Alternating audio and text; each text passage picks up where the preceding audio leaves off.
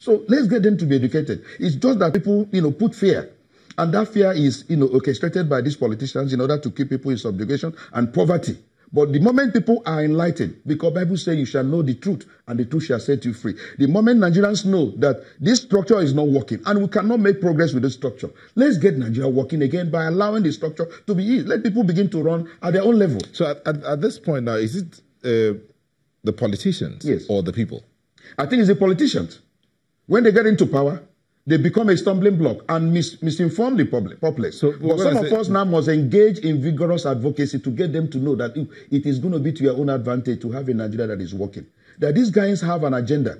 They are benefiting. Nigeria is not working. But I tell you this, it's working for a few minority. Nigeria is not working. But there are those that Nigeria is working. When you mention that Nigeria is not working, they say, go and sit down. Nigeria is working. It's working for few. And that's why they can afford medical facilities abroad. Their children will go abroad and school. For Nigeria, to them, Nigeria is working. But majority are not enjoying this country. And that is the truth. So in doing all of this, now the campaign season has started. Do you think, what should Nigerians be looking out for? What kind of questions should the citizens be asking? Beautiful. We have needs. Our basic need we are grappling with here is the issue of basic infrastructure. There is no light. The roads are not there. We should have an efficient railway system. I want to go to East within 45 minutes. I should be in my Eastern. But these are all the promises that the politicians are that's what I'm saying. You now ask them how. How are you going to actualize them? Because we have heard these promises over and over again, and we have never, issue of, being accomplished is not there. You have deceived us over time. But this time around, we need to ask critical questions. How are you going to achieve them? And the issue of integrity is also key. Because you can make all these promises, if you don't have integrity, you will not fulfill them. We see how nations make promises to their people, and they fulfill them. Look at Trump. Trump came with this thing, look, I am going to do this. The Chinese will no longer, manufacture whatever they want to manufacture and bring to America, but now things have to, begin to be manufactured here. And you see, he's changing the scenario. He's changing narratives in America. He made those promises, and he's fulfilling the white supremacist, idea of running America. And that's why the midterm election, the majority is still in the Senate. They approve what he's doing. So I think that issue of integrity is key. Politicians should not come and tell us they will do this, they will do that. And at the end, there is no single integrity. They will not do any of them. They just fool us.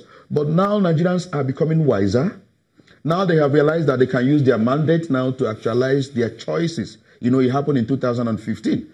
That now we begin to experiment that our mandate can count and insist that our mandate counts. I tell you that over time, within a very short time in this country, Nigeria will get the kind of right leadership that will put this country on the path to progress. Because the people will begin to experiment with this their mandate, with this their PVCs, and begin to change leadership. So we may make mistake now. Next 4 years we correct it. Next 4 years we begin to correct. So we must begin to remove bad leadership until we get to that kind of right leadership that will move this country forward. That is what I'm advocating for now. Now, people talk about a nation evolving. Yes, you said we evolved from a democracy from a federal state to a unitary state, and now we just mouth federalism in words, but not in action. Now, if we talk about the people holding the politicians accountable, we have about 91 political parties. How then do we continue to talk about only 2? How many of us, how many Nigerian citizens are part of political parties, are part of the 91 political parties that they are, as the case may be? Politics are about structure. Why you talk about 2 major political parties is this issue of structure.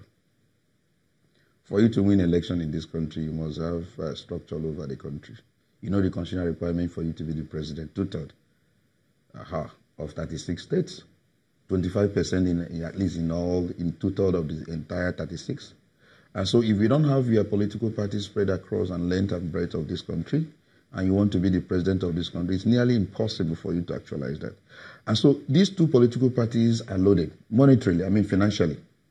They can afford to put an advert in channels. How many of these smaller political parties can afford that? We also have to deal with that. When we are going for an election, maybe we should talk to all the media houses also to reduce the cost. Because for you to air a program in any of these bigger, television houses during campaign, you know how much you pay? It's in the millions.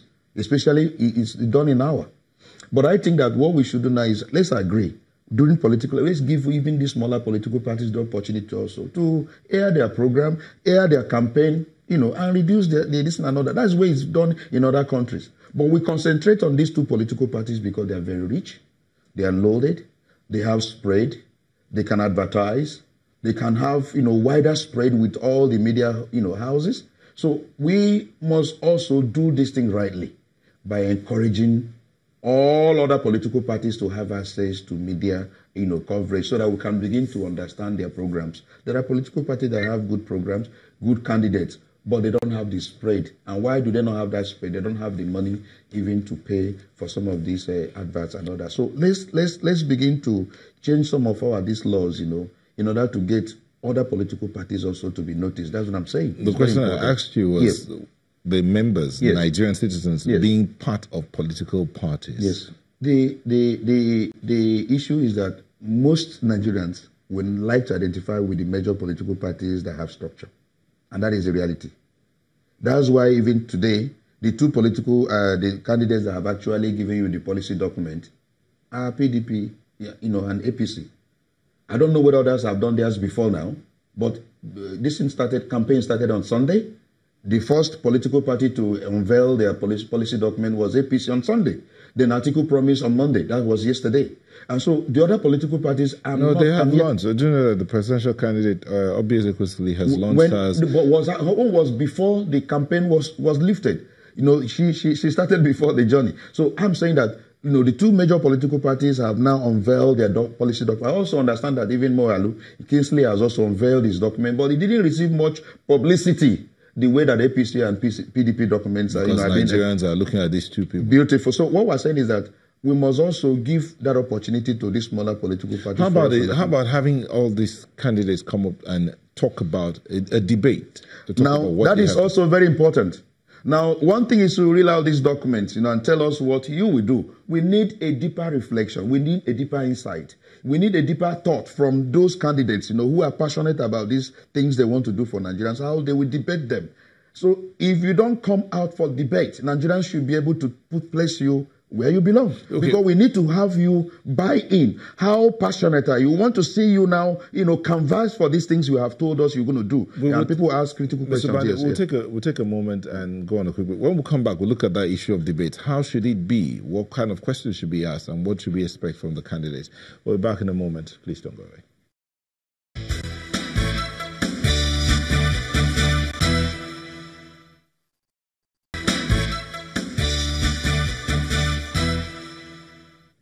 Welcome back to Sunrise Daily. Mr. Bani? Yes. The debate. We're talking about the debate now. Yes. The fact that we need to have all these people come together and answer questions from Nigeria. That's right. How should it be? Yeah, the policy documents of these two political parties, wonderful. As I said earlier. There are about 20 presidential candidates. Yes. Is it 20? Oh, thereabout. Or more than that. But I'm talking about these two major political parties, that have actually unveiled theirs. Beautiful document. But we need a debate. Because you must tell us how you even got to the knowledge that this is what Nigerians need at this point. We must get to know how passionate you are about, you are about implementing them. We need to, get an insight. How passionate you are about a particular program, goes a long way in convincing, the people that this man, when he gets in there, he will actually maintain the level of integrity to implement. The debate of M.K. Abiola, I think in 1992, when he appeared on television with Tofa, was very critical in the choice, the decision that Nigerians made. That, look, this is a man, that we can actually, entrust, our mandate with, because he said those things passionately he will do. And they went along. And people did not mind whether he was a Muslim or it was a Muslim ticket and all that. So issue of debate is critical. And we have seen it also happen in other nations. Most of the elections that take place in these developed societies, there are processes. The issue of debate is not even once, twice, and all that. I watched that of Trump and the lady. And it was beautiful. At every distance, it was one thing or the other being said that made Americans to feel like this is the person we can entrust our mandate with. So I think that this time around, Nigerians' political culture is evolving. And it must evolve to the level where political aspirants or candidates must come to, convince Nigerians, with words, with passion. They want to see that passion in you. They want to see that sincerity in you. They want to see you talk to them and say, I get there, I'm going to do this. So and they can hold you. Not just about the big rallies. No, it's not about the paperwork. No, the big rallies, they normally have. No, the rallies are not enough. Let's sit down and then with interrogators, let people ask questions and see how you react to them. Because when something is personal, when you buy an idea, the idea is yours and you want to espouse it. The way you do it is different from when somebody sells that idea to you. It's personal to you. You'll be able to explain the details, the nitty-gritty, the wheres, the wherefores, or everything that has to do with that particular policy. So I think that debate is critical. Nigerians must insist this time around that those who will govern us and who have made all those beautiful promises must come to debate those promises. Let's hear them. Let's see the passion in how they will deliver. Thank you very much, Mr. Onyekachi Ubani, former second vice president of the Nigerian Bar Association. Thank you for sharing your thoughts with us. My pleasure. And that's the show today. I want to thank you for letting us be a part of your morning. I'm Neota Igbe. Have a very happy holiday, everybody. I am Ajuri Ngalale. Thanks for watching. The views and opinions expressed by guests on this program are those of the maker and do not necessarily reflect the views, opinions, and endorsement of Channels Television.